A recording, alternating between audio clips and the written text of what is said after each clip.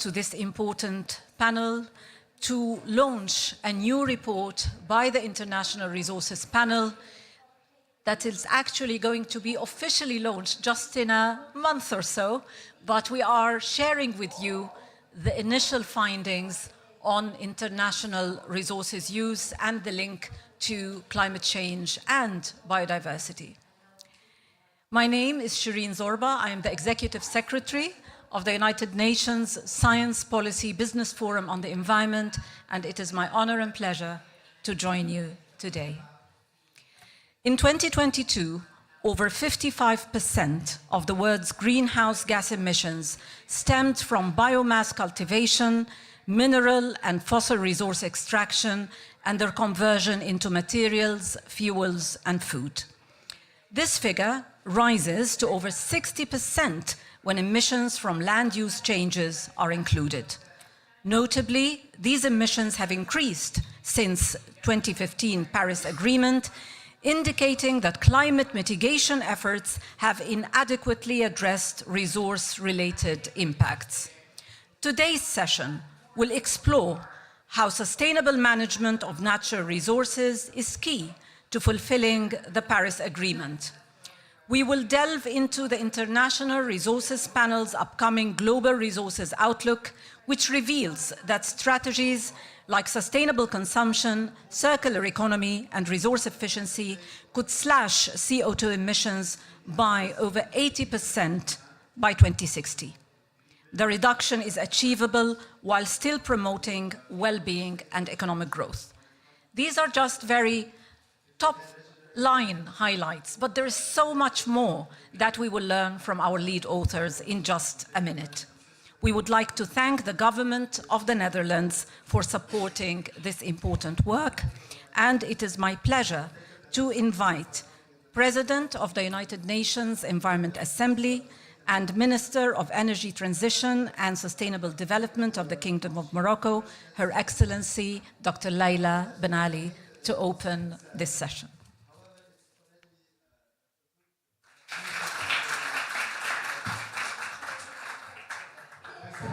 Thank you very much. Excellencies, honorable delegates, ladies and gentlemen. I'm deeply honored to share with you today in this important event some thoughts on why and how we can address the triple planetary crisis through sustainable use of resources. And I'm glad and privileged to be here not only as Minister of Energy Transition and Sustainable Development of Morocco, but mainly as President of the United Nations Assembly for the Environment, because we believe that the environment and nature have to be in the room when we are in a COP climate or COP biodiversity. Our gathering here at COP28 is a pivotal moment on many aspects, but I will insist that it's a pivotal moment for climate multilateralism, echoing the global community to protect nature for the sake of lives and livelihoods. In this crossroads, climate change, fueled by human activities, is not a distant theoretical threat. It is really a present reality. The increase in frequency and intensity of extreme weather events, rising sea levels, disruptions to ecosystems are undeniable indicators of a planet in distress. The unsustainable patterns of consumption and production are at the heart of the three global interlinked crises: climate change, biodiversity loss, and pollution. And these risks are also unevenly distributed around the world, reinforcing global inequalities and threatening the achievement of the SDGs. We need, of course, fundamental changes in production and consumption, with particular focus on circularity in value and supply chains. We also need to embrace more aggressively nature-based solutions to tackle this triple crisis. Nature-based solutions have the potential to supply up to 40%, of global climate change mitigation needs. As we convene here today, the urgency of effective, inclusive, and sustainable multilateral actions cannot be overstated. Because climate change, biodiversity loss, and pollution are interconnected challenges that demand coordinated responses on a global scale. His Majesty, that was too early. That was too early, but His Majesty King Mohammed, but you can applaud when I say that, no problem. His Majesty King Mohammed VI, in his message to COP28, emphasized just that. He emphasized this urgency. Quote unquote, the IMF World Bank annual meetings held in Marrakesh concluded that there was a pressing need to reform multilateralism and development financing. Two levers humanity came up with to meet the challenges of the 20th century. Two levers in which we believe. And it is that conviction which is motivating my country as President of the United Nations Environment Assembly, unquote, end of His Majesty's statement. The theme of UNEA 6 underscores the need for collaboration, emphasizing the effectiveness of our actions that lies in their inclusivity and sustainability. We must forge multilateral solutions that recognize the interdependence of climate, biodiversity, and pollution. In our pursuit for such effective multilateral action, we must be mindful of the lives at stake, particularly vulnerable communities that are disproportionately affected should be at the center of our considerations. Inclusive adaptation strategies informed by the principles of climate justice are essential to the success of our shared endeavors. But in the face of this challenge, we are not helpless. We are endowed with the knowledge, with the technology, and collective will that will forge a different path.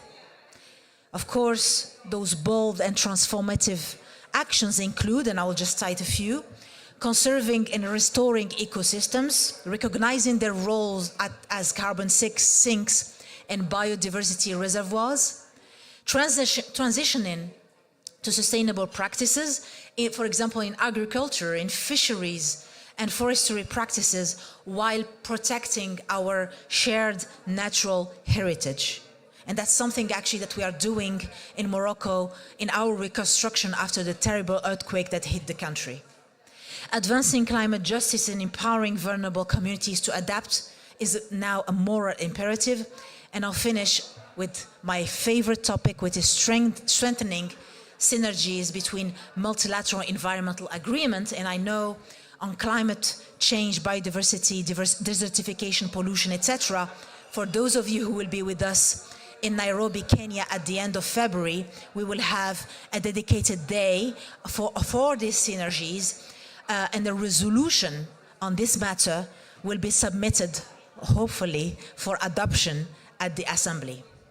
So to conclude, the choices we make here at COP28, the choices that we made to bring nature in the room, reflect our commitment to effective, inclusive, and sustainable multilateral actions, the theme of UNEA 6. They reflect our credibility. As representatives of the global community, let's be the architects of a present and of a future where nature is protected and empowered, where nature is also empowered to solve the triple crisis where lives and livelihoods are secured. Thank you for your attention.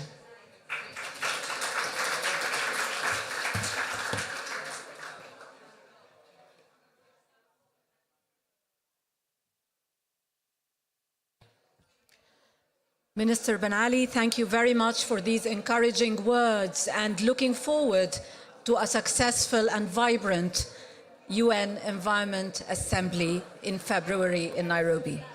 It is now my pleasure to invite the lead author of the Global Resources Outlook, Hans Brownings, former director of the European Environment Agency and IRP panel member.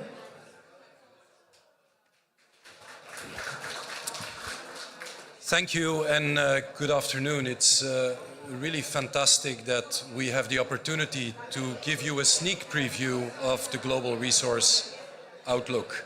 And I have the pleasure to give you that sneak preview, but fairness and justice are important, so I am only the spokesperson for a really strong team of dozens of authors that has worked very hard to bring this report to fruition. So I'm only the poster child, but if I say anything that would not be true, I am the only one to blame. So if we can start from that assumption, we are in good shape.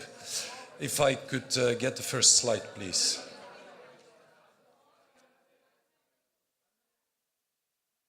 Okay, well, I think it's fair to say that if we think of these global panels, that in this place everybody knows the IPCC.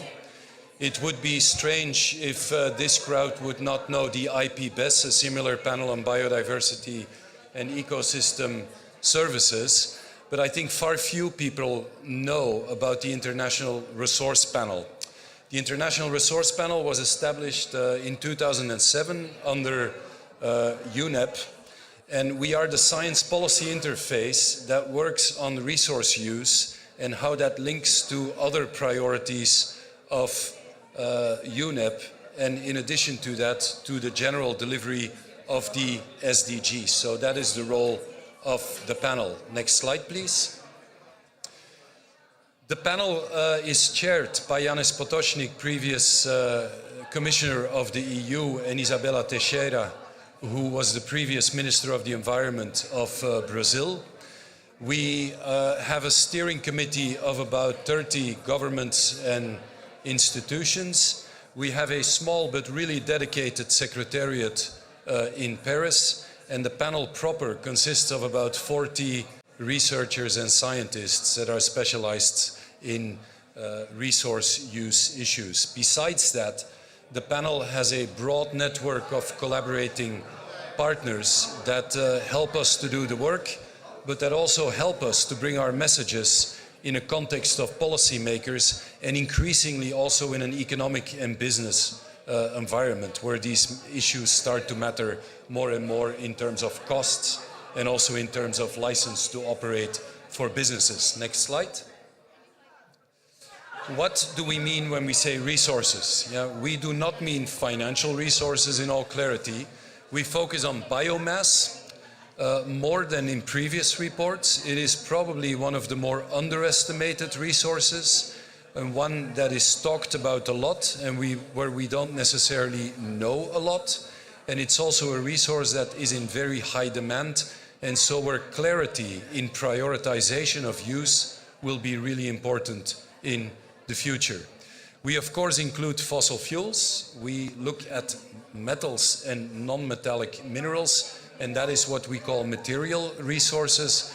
And in this report we have explicitly included water and land also as resources. Land, I would like to emphasize, is under pressure. There is a separate UN Rio Convention on Land, the CCD, Convention to Combat Desertification and Land Degradation, and it is non-substitutable, so it is a really important resource. Next slide. To immediately open the door to a really clear message, and it dovetails nicely with what the Minister said, is that if you look at the triple planetary crisis and you look at resource use, over 90% of the impacts on land use related biodiversity loss and water stress come from our use of land-based resources. Yeah? This is really important. We will not solve the biodiversity crisis as one of the triple crises without addressing this issue. Also, over 55% of the greenhouse gases stem from the resource use, and in particular the two first steps, and that is mining or digging up, drilling resources, and indeed the first stage of conversion of resources into something that we then use to make materials. This is really important, because the longer we can keep those resources in the cycle and the less we need to go to virgin resources, the less we will have these emissions, and those are key if we want to go to a society that is actually meeting the Paris Agreement.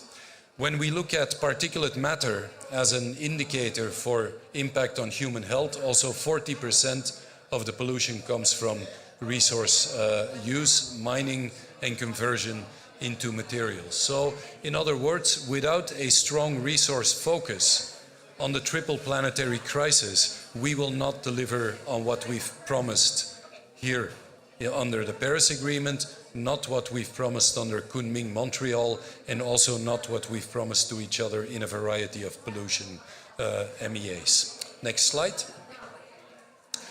We see an increase in material use by a factor of more than 3 in the last 50 years. And this will continue. We will see continued increase of material resources for some decades to come. And it is clear that we will need to use resources to deliver on the SDGs, and especially on the SDGs as they relate to the poorest people on this planet, who are lacking in some of the fundamentals. So this report, more than in the past, looks also at human development and at the outcomes of our resource use, and that is well-being. This is important to know because, and then we go to the next slide. Yeah. If we look at this resource use, it is very unequally distributed across groupings of countries. And in the report, we focus on 4 UN groups of countries: lower income, higher income, lower middle, and higher middle.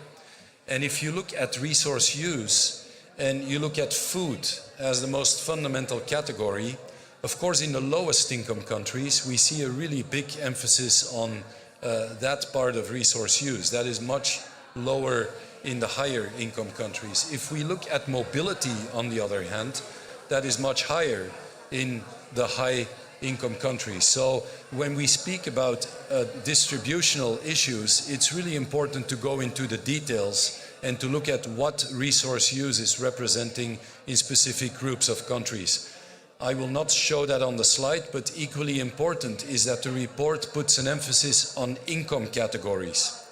So we also look at high incomes and their resource use. And you find high resource use lifestyles by now across the planet. Those are not limited to a group of countries that we call the high income countries. Yes, please, the next one. Now, if we look at income use, high income countries, they use up to 6 times more materials per capita than the low income countries, and are responsible for 10 times more climate impacts per capita than the low income countries. And it is rather obvious from this little graph where we see the evolution going. In the high income countries, we see a stabilization of resource use, and that is mainly due to technology advances. And that's also where there is a responsibility for high income countries to be distributing these technologies that are needed more equally across the globe. The biggest rise in material use we see in the higher middle income group, where we see large improvements in well-being and economic activity, but often based on very high resource use. So those are some really important elements to take into account when we come with global responses and more regional and local responses. Next slide. We also mapped resource use against targets which we have in climate and in biodiversity. And on the left-hand side, you see the dotted line going down. If we would be serious, and which I assume we are in this place, about the 1.5 degree, the dotted line would have been the impact from material use and material consumption on climate change. We see a direction in the opposite way. So the gap is growing, not only in fossil fuels, but also in material use. That is really important. If you look at biodiversity, the flat dotted line is actually the translation of no net loss, yeah? or halting biodiversity loss. Yeah?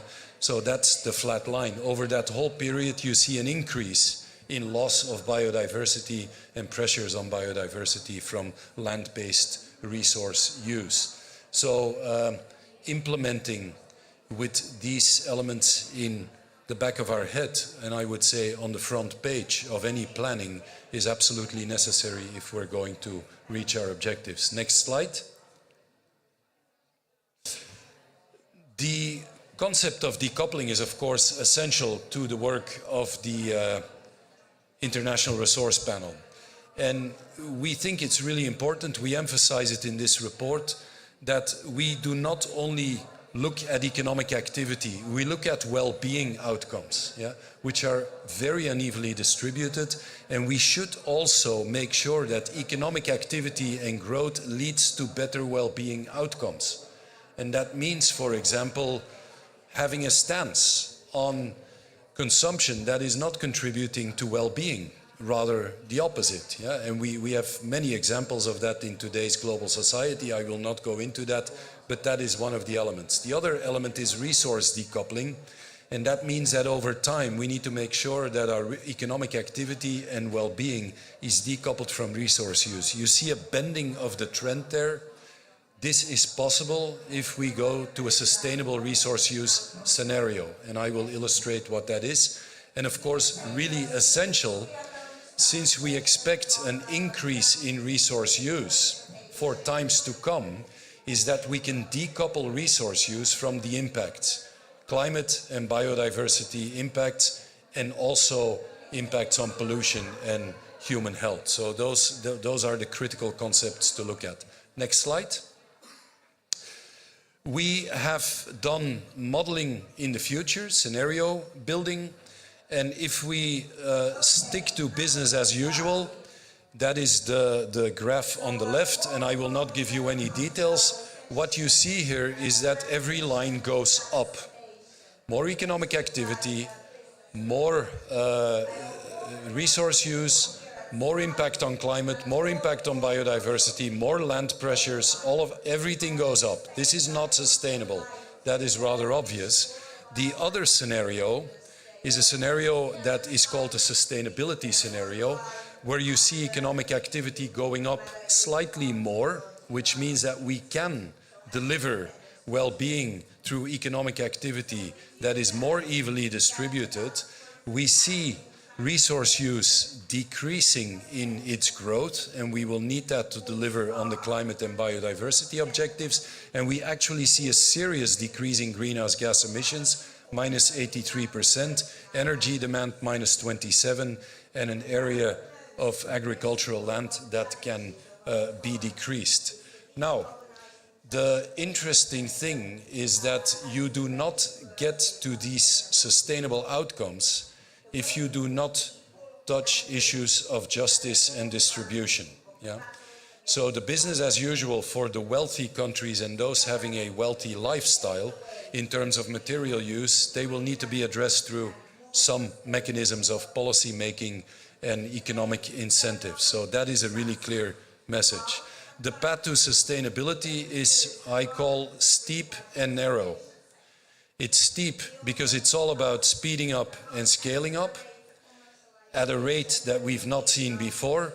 And it's narrow because in the last 30 years, 31 years since the Rio Conventions, we've actually lost a lot of time. So the scope of options is decreasing. So it's steep and narrow, but it's possible if we make the right choices. Next slide, and moving towards the end. Bold policy action will be necessary, and we look at a number of elements, including governance issues. And it's fair to say that at the global level, resource use and efficiency has been the orphan of multilateral environmental agreements. In many ways, they are not central to many agreements. There is no resource convention, there is no resource agency. We are sort of attached to things without being rather central to the discussion. So there is work to be done there, including, we think, in global and natural resource paths at the national level as well. The financial system plays a huge role in resource trade issues, and in resource financing, that should be moved in a more sustainable direction, as does trade. Sustainable resource and material trade is not exactly central in trade regimes for the moment. Manufacturing, so the production side, can be very central as an action point, and then we also look at business models as a central issue. Next slide. We've also looked more than in any other report at what we call provisioning systems: food, built environment, mobility, and energy. They represent 90% of the resource use on the planet, and they are central to well-being.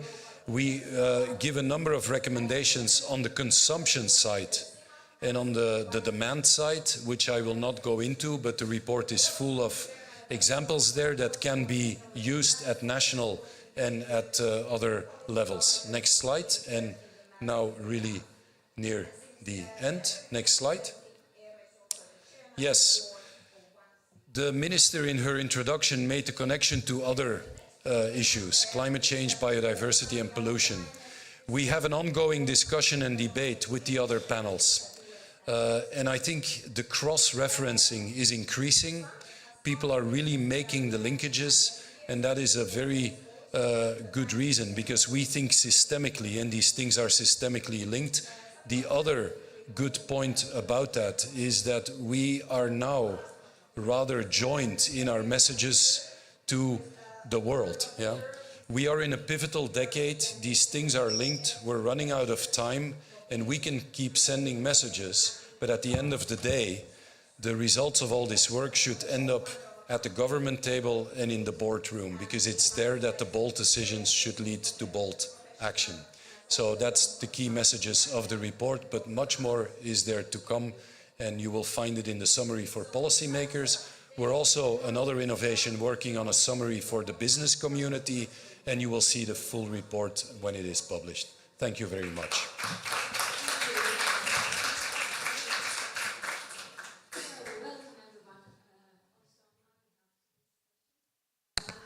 Dr. Hans, thank you very much for a fascinating report.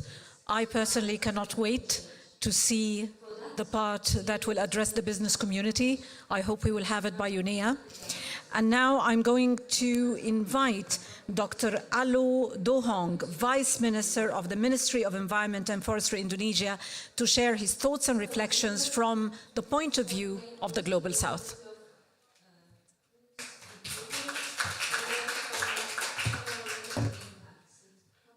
Thank you, Sharon. Honorable Hans, the lead author of the Global Resources Outlooks 2024, and congratulations for this publication.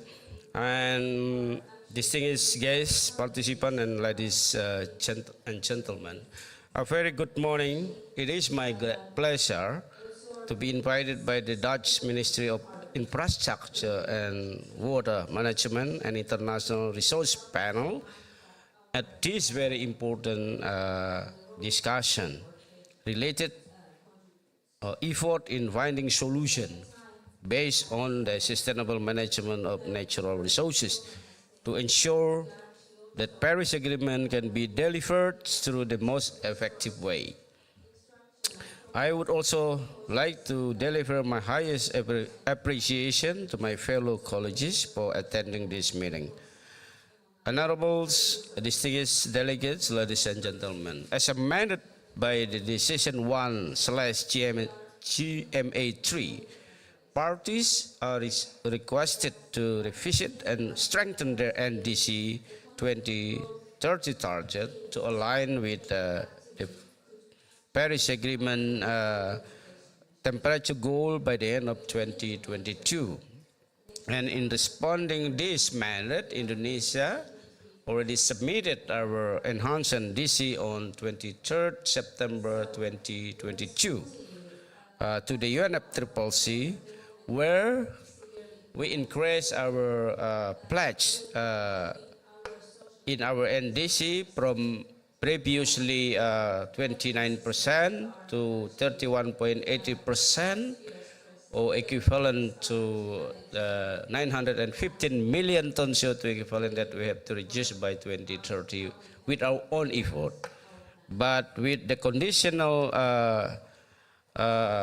target, with international assistance, we increase our target from 41% to 43.20%, or equivalent to 1.24 billion tons CO2 equivalent that we have to reduce by 2030. And the second important document that actually Indonesia submitted is, we call it a long-term strategy on low carbon and climate resilient 2050, where we committed to achieve net zero by 2060 or sooner. So this based on condition. Through the enhanced NDC document, we are focusing on sustainable resource management as a strategy to address our GHG emission. Since Indonesia, of course, blessed with natural resources like forests, marines, and mining, and so on. And therefore, we see that forest sector is selected as one of the major backbone of our NDC instrument. In our enhanced NDC document, actually forests play around 56% of our NDC. And while the remaining of it is come from other four sectors, that's energy, agriculture, industrial product and product uses, as well as waste management. Ladies and gentlemen, Indonesia is considering a sustainable resource management strategies to ramp up ambition on nationally determined contribution, as we believe forests and land use-based sector play an important roles in mitigating and adapting climate change. Forestry sector has a set up ambitious target by 2030, where we have planned to restore more than 2 million of degraded peatland, as well as 12 million of degraded lands in Indonesia. I think this considered as the largest peatland restoration and forest restoration in the world. And according to the Article 5 of the Paris Agreement, for countries, especially tropical countries that manage to reduce their emission from avoiding deforestation and forest degradation, actually deserve to receive, we call it, anyone remember about it? We call it performance-based, receive payment for performance. And actually, Indonesia already received this, in particular. We received from GZF for our achievement to reduce emission from the REDD plus between 2014 up to 2016, about $105 million. And also, with our commitment with Norwegian government, they pay us 56 million of our emission reduction from 2015 to 16, and in this scope they also announced again to give us $100 million for this year and next year for our achievement to reduce emission from RED plus. And also we have some collaboration with World Bank. We call it a Forest Carbon Partnership in East Kalimantan, where we receive around $150 million, and in Jambi also with World Bank. So this is real, right?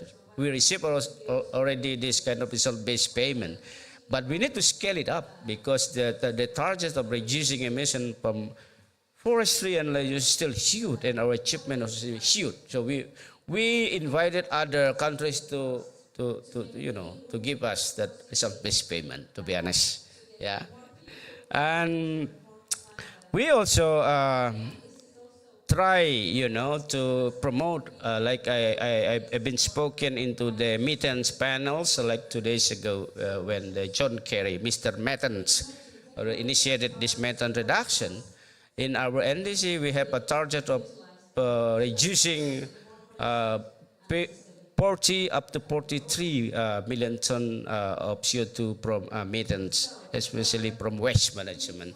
So we promote this kind of reuse, reduce, and recycle approach, as well as promoting, we call it circular economy.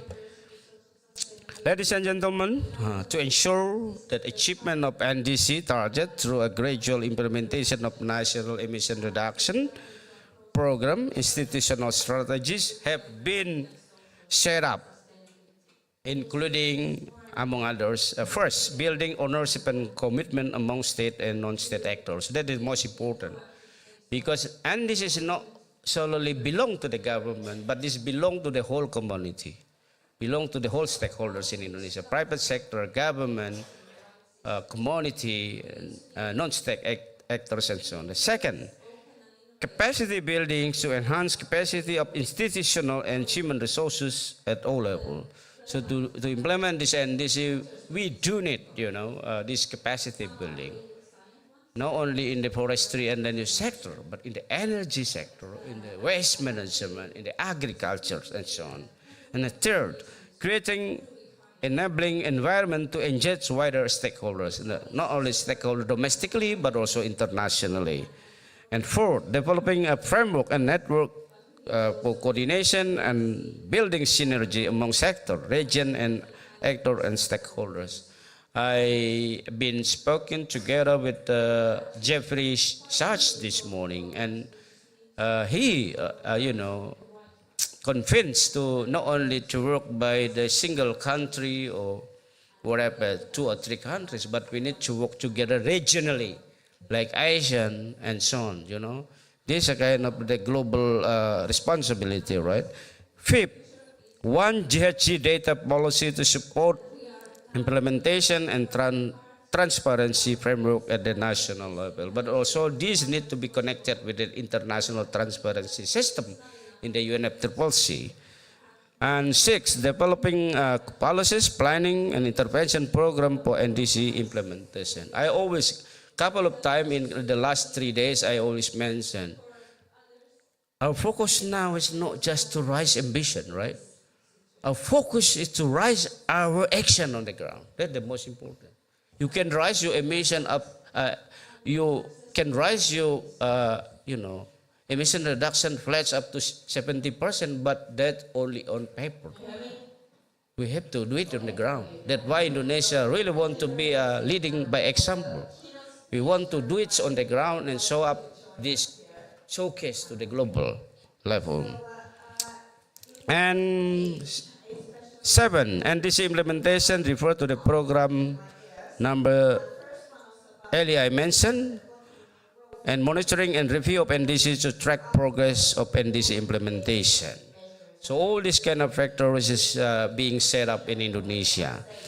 However, we are aware that our sector policies still need enabling environment that could support Indonesia's emerging economies to incorporate our strategies based on sustainable resource management in sustainability transition. Moreover, we are also aware that broader enablers are needed to rise and allocate financial, physically, technology, human resources for climate action. Hence, we are now still improving our fiscal framework, financial system, investment system regulation, and trade policy, including the recent policy to establish our carbon stock exchange in Jakarta. This is the last part of my speech because I have to compete with our neighbor next time. So, ladies and gentlemen, the publication of Resource Efficiency and Climate Change published by the United Nations Environment Program has focused on the material efficiency strategies, I think already mentioned by Her Excellency earlier, minister from Morocco, and strategies to low carbon future. This publication has provided suggested policy measures that can be taken by countries to reduce their national emission. Indonesia welcomes the policy recommendation just presented by Hans, even though we need more complex publication. Yeah? I do hope we can get it as soon as possible to reduce our to implement our current policy strategies and reduce our national emission. Furthermore, related to the cross-cutting policy instruments suggested by the report, Indonesia also implemented several similar policies such as forest legality and sustainability assurance system, or in Indonesia we known it as SPLK. This is very important because we have agreement with the European Union, abolish collective EVA. We have also agreement with UK government, and we really hope, this collective EVA has to be aligned with new regional policy from Europe, like UDR, example like that. I've been in Germany present how we can do this collective EVA mechanism from the upstream to the downstream by using digitalization system. And I believe this, our counterpart from European Union countries can also see this opportunity to align with that. We don't want to use, this kind of climate change measure to disrupt our non-tax barriers and so on. We have to work together. Otherwise, we can resolve these climate change issues. We can resolve this, emission problem. We have to work together. So not try to build up something that can hurdle the other countries to join in together. So we also now promoting our sustainable palm oil certification. We call it Indonesia Sustainable Palm Oil Certification, and we hope also can align with other certification system, not compete together, but to align together. So that's my end of my speech at this time, and I do hope we can work together in the future. Thank you very much for your kind attention.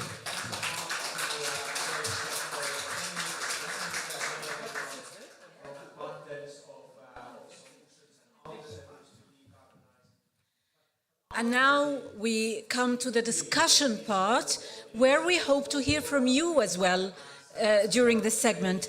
So please allow me to welcome Mrs. Ilka Hirt, Deputy Director General of International Policy, German Ministry for the Environment, to join the panel, please. Cecilia is here? Not yet. Okay, no worries. All right, so let us get right into the discussion. And I will start with Cecilia. It's all right. So. That's okay? But I'm not Cecilia.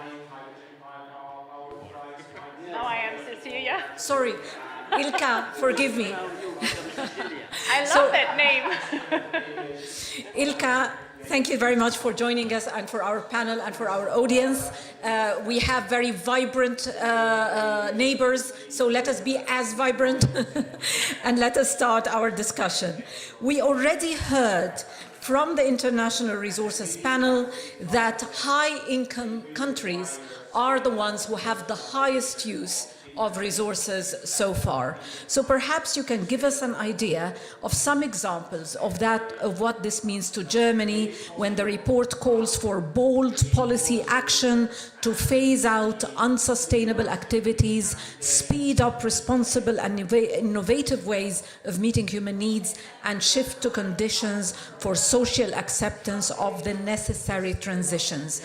What does that mean for Germany, and how it aims to reduce its environmental footprint when it comes to resources? Yes, thanks a lot. I hope you can hear me. I'm trying to scream in order to...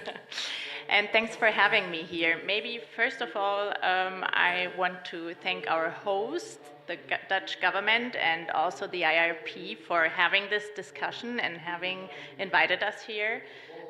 The Netherlands and the IRP are long-standing and really important partners to Germany, and in our efforts to move towards a sustainable use of the planet's resources. So what Hans said is not true for us. You said that the IRP is not so well known. It's very well known to the German government, and your research and valuable work has guided our domestic and our international work for many years now.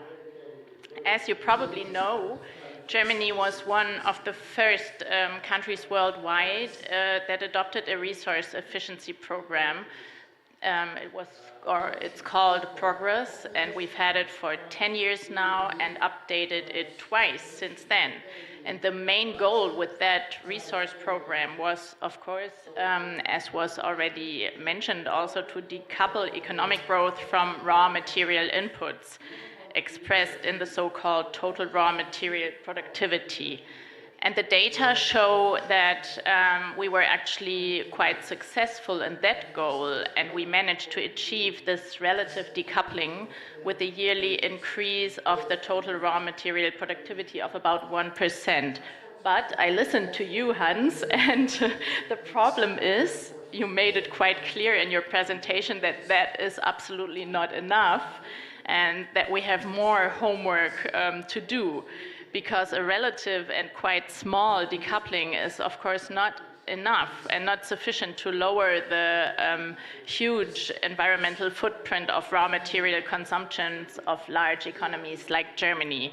So this is why well, not so new anymore, but the current government has set a new goal in its coalition treaty. And this goal is to reduce the consumption of primary raw materials in absolute terms and to close material circles. So we're working on that right now. Of course, the concept of circularity is not really new to us. The first version of our Circular Economy Act stems already from the mid-90s, I think.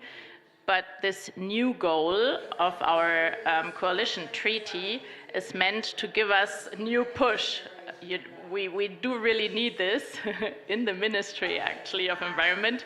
And I see Timon nodding, working on this in their directorate. And we really want to accelerate our efforts and to think of the circular economy in a holistic way, considering the entire life cycle of products and materials. So the main instrument to achieve this new goal will be a new national circular economy strategy that Germany is working on right now, and we want to publish it next year. We are going through quite a large process of involvement of all stakeholders, so this takes some time. We want to take into account everybody's input, and yes, but we're very optimistic to publish it next year, and you will hear more from us about this. And I think what's very important for us, of course, are our exchanges with many partners. It's not only the IRP that is guiding us, but also countries and other frontrunners like the Netherlands, for example, that we've had exchanges with in order to get some guidance on our new strategy. So thanks for this exchange, and it's always very valuable for us. And not enough. I think the international cooperation that we're also giving an example here is very important for us and for my ministry. We've been working with Indonesia, also with Argentina, that unfortunately is not here today, but also with Mexico, in advancing resource efficiency and circularity as a part of our international climate initiative. So we've been working on a project in the construction sector. So it's great to see strong leadership from countries like Indonesia or the Netherlands and also Argentina, even if it's not here today. And we're really interested in continuing these exchanges with our partners. Thank you. Thank you very much indeed. Now, I'll just throw a few questions, and it will be up to the panel to please contribute. And a bit of it is off the cuff, so I hope you will be comfortable with that as well. So during the presentation, Hans made it very clear that actually delivering the SDGs does not come resource-free. And as we could see, when we talk about renewables, for example, renewables require quite a lot of mineral mining and metals mining. So how do you deal with that, and how do we make sense of that, that in order to actually do better, in some aspects we have to do worse? So perhaps, Hans, I'll throw this at you first. Thanks. I think this, you're asking several questions at the same time, so I'll try. I mean, as a scientist, we then start to segment those, but one issue is, of course, yes, we will need more resources to deliver on the SDGs. And it's obvious that in a number of places, the basic stock of housing, the basic stock of infrastructure still needs to be built. If you think of the cities that will still need to be built in Africa, and the choices that we will make there in terms of resources and resource use and potential circularity and embedded carbon that will go into those will be absolutely critical, as when it comes not only to who has access to these better living conditions, but also the global impact in terms of material use. So there is a really clear link between material use and the advance in some areas of the planet. And it's obvious from the report that it's a value choice to a certain degree. It's clear where the priority should be. It's not to the third car for somebody who has 2 cars, it's to a house for somebody who has no decent house. I mean, to put it very bluntly, yeah? So that's one question. The second question that you asked is, of course, to make advances in a renewable energy system, yes, you will need materials, you will need metals, you have rare earths, I mean, all of these things matter. And the IRP has not only done a GRO report, we have done a number of pieces of work that start from the mining and how you can think of more sustainable mining aligned with a number of MEAs. We look at how you keep materials in the cycle, you keep looking at business models, there is a trade. All of those have delivered reports under the IRP that actually respond to your question. Yeah? Yes, we will need these precious metals and these rare earths, but there are different ways to do that.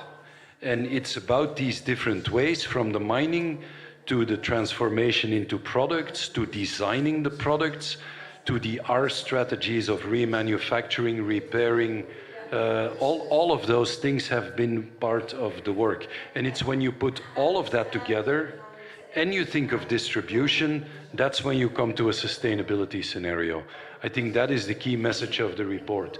A fragmented, lukewarm, messing in the margins, to be a bit frank, approach will not deliver sustainable outcomes. So that's the essence of the answer to your questions. How do you link that to policy? I mean, when we give all these wonderful recommendations in all the reports that you've mentioned, indeed, we need to do things better in these sectors, we need to behave better in certain sectors and improve our operations. But to what extent do you feel that these recommendations, as we stand, are reflected in policy? And then I'll go to Germany, maybe, for your view on that. To what extent should policy, and how fast should policy reflect the recommendations from the International Resource Panel? Well, for the moment, not. Yeah? No, the economic system prefers that we use virgin materials. I mean, if you don't price it differently, if the incentives are not fundamentally changing, the incentive structure now is use virgin materials. And it's not only the price, it's also the governance. The legal requirements for recycled materials or virgin materials are different. The hurdles you need to take, the supply chains, the following up through circular economy models, all of that, for the moment, the deck of cards at this moment is still largely against sustainable resource use, resource efficiency, material efficiency, and that needs to change. That's how the economy works, and in essence, this is about the economy. Thank you very much. Let me get Ilka's view on this, and then I'll go to Dr. Alu to also get Indonesia's perspective. I will ask my panelists to try and remain within the 2-3 minute mark, so that, because there's so much to cover, and I really want to open the floor as well. So Ilka, the floor is yours. Yes, so I might contradict Hans a little bit, because what I just said, we are trying and we're doing this to reflect what the IRP says in our national policies, but I also think that on the level of the European Union, with the European Green Deal, we have started policies and also lawmaking that takes this into account. Just to give an example, the battery regulation that was adopted last year, it has exactly these linkages in mind. So there is an aim, or we do have targets to have more recycled raw materials, and on the same hand, you do have supply chain measures and traceability of supply chain in there. So this links the two together, and so I would rather give out a message of hope. It is a very long way, and we're just starting it, but I think the EU has made a good start, even if I know that for some countries, talking about supply chains and the European Union is also a very difficult matter. I know that, because it's also a question, of course, of communication between the suppliers and the buyers, and maybe communication has not always been so good. But sticking to the battery regulation, I think this is a very good example of where we should go in the future. Thank you very much. And let me go to Dr. Alu Duhong. From the point of view of the Global South, from Indonesia, to what extent are we able to translate the scientific advice of the International Resources Panel into actual policy? Thank you. Yeah, in the last 5 years, actually, Indonesian government tried to build up, we call that a science-based policy. So every policy that we produce, including in the forest and land use sector or energy sector, must be or should be based on the scientific finding. So I welcome again this resource panel publication. We can consider to learn more about the recommendation provided by this resource panel finding. And secondly, apart from improved policy and regulation framework, as I mentioned, and I do agree with you also, market system need to be refined, and value chains need to be cleaned up, because sometimes we play with this value chain system that benefited one areas or countries compared to the other countries. So we have to see from the upstream to the downstream level. And also very important, as I said, developing countries, we have a very challenging in terms of capacity building. So even if you have a very good policy, this policy and regulation need to be implemented on the ground, right? So we need substantial capacity building to do it. You need institutional setting to do it, and so on. I think that's my perspective. Right. Thank you. Thank you so much. Let me hear from Hans. I want to agree with Ilka, and in a fundamental way. I think the circular economy package 2.0 of the EU has indeed been addressing a number of the things along the supply chain for specific product categories, ownership rights, responsibility, design, all of that. And there was also a good empirical reason for that, of course. That is that the circular economy over 15 years in Europe had only grown circularity from 8.5% to 12%. So we needed to speed it up. That's the empirical reason, I think, to go into more precise policies. The other thing which I learned a lot from doing this global work with academics and researchers from across the planet is that the world is not necessarily the EU, yeah? And I know you know that, but I mean, global supply chains and global material flows and global circular economy models, they often operate in places that have, I would say, softer governance, that are less based on clarity of instruments. So I think, and I'm not saying that the rest of the world should mimic or copy Europe. That is not the message, but there is a reason why we keep emphasizing these issues, as I think is really important. But I agree with you on the circular economy package. Hans, what a great peg for me to move into the multilateral world. But let's just hold on for a second. I would love to welcome Minister Vivian Heijnen, Minister of Environment of the Netherlands, and thank you for joining us. So I wonder, would you join us on the panel? So we will get you to deliver the closing remarks. Fantastic. So with that, Hans and Ilka and Dr. Duhong, a final question from my end. We'll open the floor and then we'll listen to Her Excellency. You talked about decoupling and you talked about how natural resources use has been more or less an orphan in the multilateral world. You said that resources use is not really part of any of the big international multilateral agreements. How do we change that? The UN Environment Assembly is in February. It's a big idea, it's a big thought, and it is incredibly outrageous. How didn't we think about that before? So go ahead. Your thoughts on that, then again, we'll go to Ilka and I'll go to Dr. Duhong. Okay, well, I'll speak as a scientist now. I'm not a politician. If you just make the comparison, climate, we've got an agreement, biodiversity, not on resources. Yeah? If you look at targets, we've got targets for the two others. We've got an established system of standardized measurements and knowledge sharing. We don't have that for resources. The resource panel does what it is capable of, but it stops there. I mean, there is a lot lacking when you think of fundamental governance architecture when it comes to resources. One way of doing that is to embed it much stronger in existing agreements. That is possible. We call that strong governance embedding in our report. The other way to do it, of course, is to at least come with some pieces of the puzzle of that institutionalization.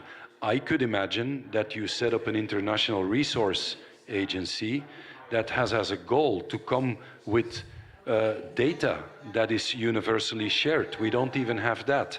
That comes with innovation on monitoring and reporting. We don't have that. That makes a link to the trade agreements that are and the WTO when it comes to information sharing. We don't have that. I could name half a dozen countries that I think would be great places to host such an organization. But again, it's not for me to decide. This is a political decision. What I was saying, that looking at the issue very carefully, it is obvious that there is an under-institutionalization in the governance architecture of the resource dimension. And it means that for many in these negotiations, there is a blind spot.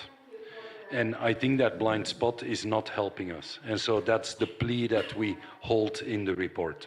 Okay, let me go to Ilka now from a government point of view. Yes, thank you so much.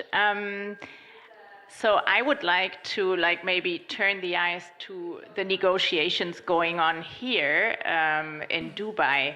And I do think that we have one goal, absolutely, and I think we saw it in the discussions today. We need to have circular economy and resource efficiency reflected better in the international climate negotiations. Have something about it in the global stocktake, and especially in the upcoming NDCs, take them into account, actually, as well as nature-based solutions, and also the question of the ocean climate nexus.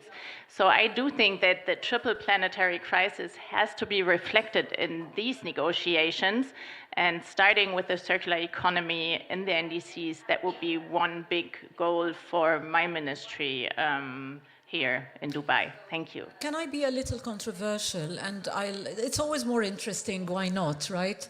And we will take a couple or maybe more from the floor. But let me go back to the INC. So one of the circularity definitely is a big focus.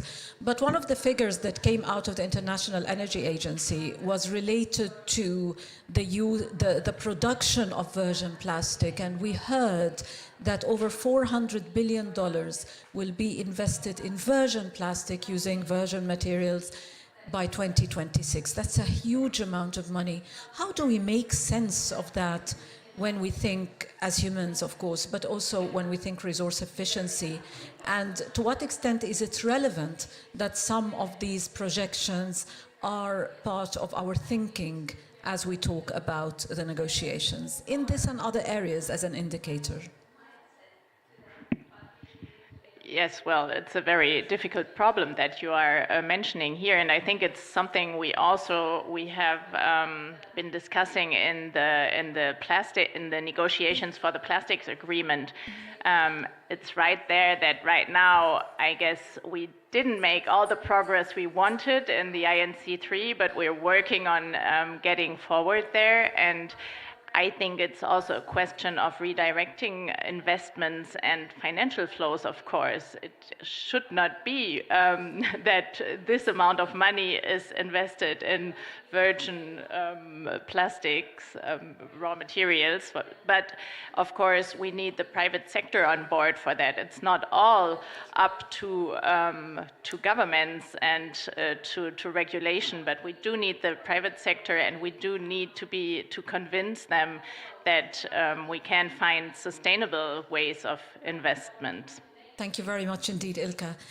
I am told we are tight on time, so what I'll do is this. First, let's hear from Her Excellency Vivian Heinen, Minister of Environment from the Netherlands. And should we still have time, we are going to open the floor. Should we not, I will encourage you to go directly to our panel and engage with them. But let's hear from Her Excellency.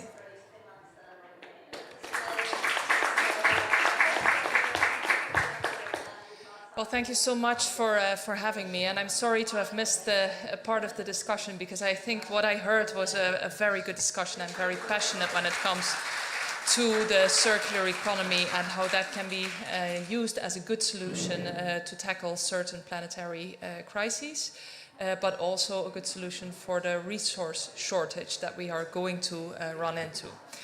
So I will now turn to my speech. Because there's a clear link between climate change and extraction, processing, and use of raw materials.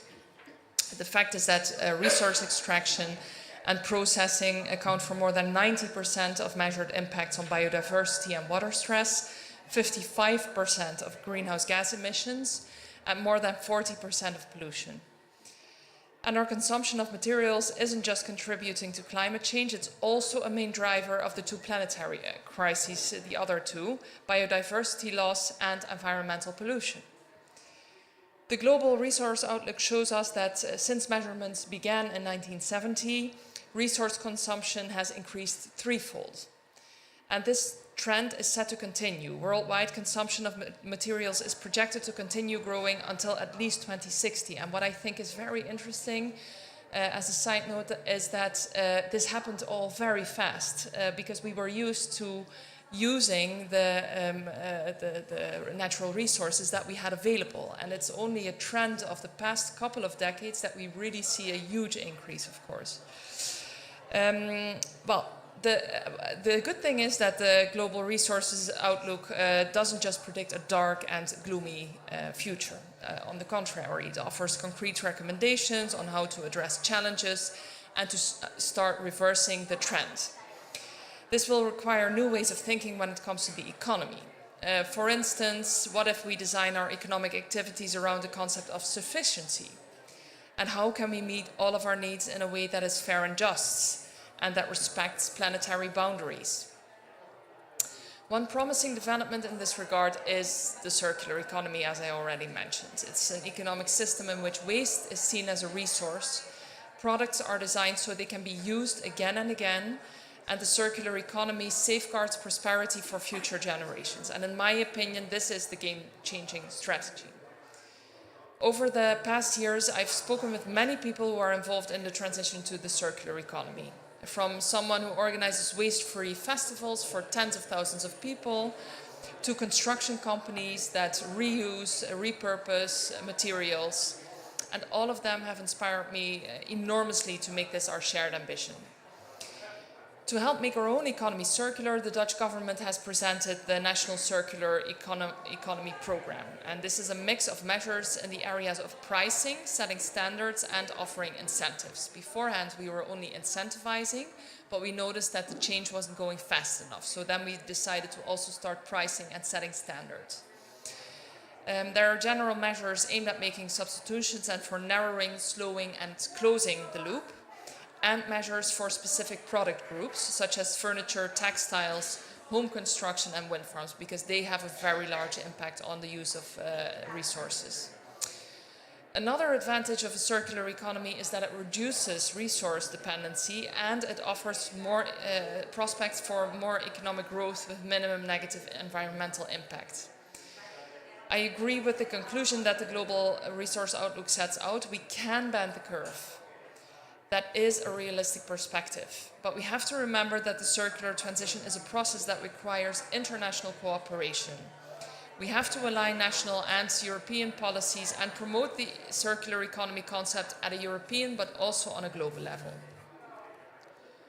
With urbanization increasing further in the decades to come, the circular economy will become particularly important in meeting the greater demand for mobility, housing, and infrastructure in cities. These are all things that require a lot of resources and a lot of raw materials, or materials. So all of this is about why we need a circular economy, but let's also talk about how we create it. What can we do to make a circular transition possible? How can we design and build new circular cities? How can we transform existing ones? Make them climate resilient and encourage the construction of infrastructure industries to reduce, recycle, and repurpose materials. First, let's not try to reinvent the wheel. Instead, we can rely on circular pioneers who have already implemented successful circular policy interventions. This was the goal of a project conceived by UNDP, UNEP, and UNFCCC, the NDC Circular Economy Toolkit. It can help governments formulate effective policies to promote the circular economy as part of their national climate plans. Today, only 27% of NDCs explicitly include the circular economy in their mitigation measures, so there's still plenty of room for improvement. Second, we need adequate financial support. The Netherlands took the initiative in forming a group of financial frontrunners, institutions that will start reforms of current lending and investment practices and move towards financing for circularity. A substantial number of multilateral development banks have already joined in and are eager to share their knowledge and best practices. I have to make a side comment here again because the European Investment Bank attended a panel we had earlier this week.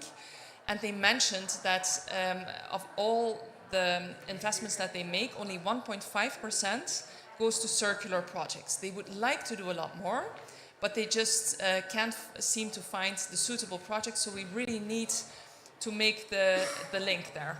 It's really a huge opportunity. So we're reaching out to key financial players in the private sector so that we can increase the amount of climate finance available. The latest Global Resources Outlook is a pivotal report. It emphasizes the need to rethink the way we extract, process, consume and discard products and natural resources. And it puts the spotlight on the interlinkages between our use of natural resources and climate change. My message today is this: let us rethink the way we produce and consume materials. Let us rethink the way our economy works. And let us move away from our system of take, make, and waste and transform our economies into just and circular ones. There's no time to lose. We want to hand over a healthier planet to future generations. So let's make that our #1 priority in everything that we do. Thank you so much.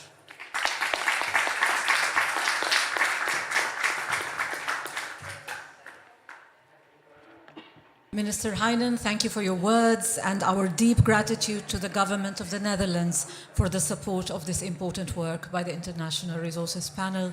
It is also a pleasure to welcome Mrs. Isabella Teixeira, the co-chair of the International Resources Panel, to the session.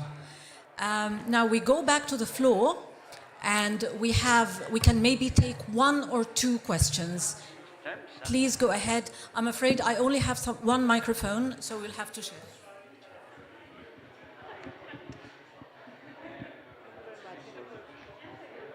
Yes, hello, I'm Ana Barreira, I'm director of the International Institute for Law and the Environment, and having heard you, thank you very much for the great discussion. I am a bit concerned, and I would like to know whether my concern is well-based or not, about what is going to be the impact on resources given the agreement to triple the deployment of renewables by 2030 and to double the efficiency, energy efficiency. Do you think it's going to be the exploitation of minerals can be done in a responsible and sustainable manner, given that today we are in 2023, the end, so we don't have much time? So I'm worried about the pressure on resources. And the other question is about the EU. I mean, there has been recently a discussion on the fuels. I mean, in fact, if I'm not wrong, Germany was asking for the use of synthetic fuels. And okay, my question is that, no, it's very important, because for me, we should continue using the cars we have today without polluting, instead of using and putting more pressure on resources to have electric cars, because for that, we will need also to use a lot of fossil fuels. So are we doing that equation well? So that's why I think that we should integrate more the use of resources in all international conventions, more than having, or as you mentioned, this agency, resource agency, because there is no integration, there is no systemic view when decisions are taken in COPs. Thank you. Thank you very much. Any response from the panel?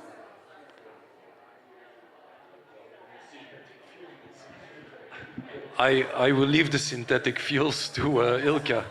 But the question on can we mine and do the first sort of treatment of the resources that we will need for the renewable energy transition in a sustainable manner? The answer is yes, we can. Will we do that? That's another question. But we can do that, yes. I mean, the big copper producing countries can do mining in a way that would be aligned with some sustainable mining principles, as they have been framed by the International Mining and Minerals Huppel de Pup organization, right? So, voilà, is this possible? Yes. Will we do it? That's another question. It's a question of priorities, it's a question of ethics. In some countries, to be very blunt, it's a question of respect for indigenous populations. I mean, it becomes a very complex question, but yes, we can do it. On the cars, we are not looking to build sustainable cars. We're looking for a sustainable mobility system. If we are going to organize mobility with resource efficiency at the core, individual car ownership is not a solution. So the question becomes, what is an electric car? What is its role in a sustainable mobility system? And it's probably not that we all own something that weighs 2 tons, that we use 5% of the time with 1.2 person in the car on average, and that we use mostly for distances under 10 kilometers, which is the case in most of Europe. That is definitely the worst use of resources I can think of. So, voilà, that was my short answer. And now over to the synthetic fuels. No, I think there's not so much to add because I absolutely agree with what Hans said, and the question of the synthetic fuels was really also an inner German coalition question. We wanted to find a compromise so that Germany could say yes to the new CO2 in cars proposal, and we could do that in the end. So that was important for us because Germany's vote was critical there, and I think this was our way out. Thank you. But one thing I want to say before I'm not allowed to say anything anymore, because I forgot, and my team is getting very nervous. If we want to continue this discussion, because I think we're like not at the end of it at all, on Sunday we have a German side event, or a side event with our minister Steffi Lemke, but also the IRP and of course, you'll have IPCC. to pay for the advertisement. Yes, and it's very important for us to continue this discussion, and please come, everyone, because we realize that you don't really see what's happening inside these houses. You're all very invited, yeah. Indeed, and at the same time, also following the German event, we are going to have in February, end of February, the UN Environment Assembly, the Science Policy Business Forum on the 27th, where we will take this forward and add the business and industry financing dimension to the discussion. I am told I can take one more. Can I take two more? People are really angry with this. Well, his hands was up first, so I'll go there. The gentleman, please. Oh, this is a resource efficiency. Two questions or short questions. The first one is, we talk very much, if we talk about resources, about circular economy. My question is circular economy enough to solve the problem? I think it's probably not. We need a lot more than circular economy. And the second one is, we have lots of different regulations about different resources. Doesn't we really need, or better need, an overlook framework agreement about resources, chemicals and waste? I saw on the last UNEA 5.2, I think 7 resolutions which are connected with resources. Shouldn't we better fix it all together and make a big agreement about it? It's a discussion about do we have a target that is science-based, because a non-science-based target is not of any interest to me. So is there a science-based target or targets that we can use for the materials that go into our economy and the impact they have?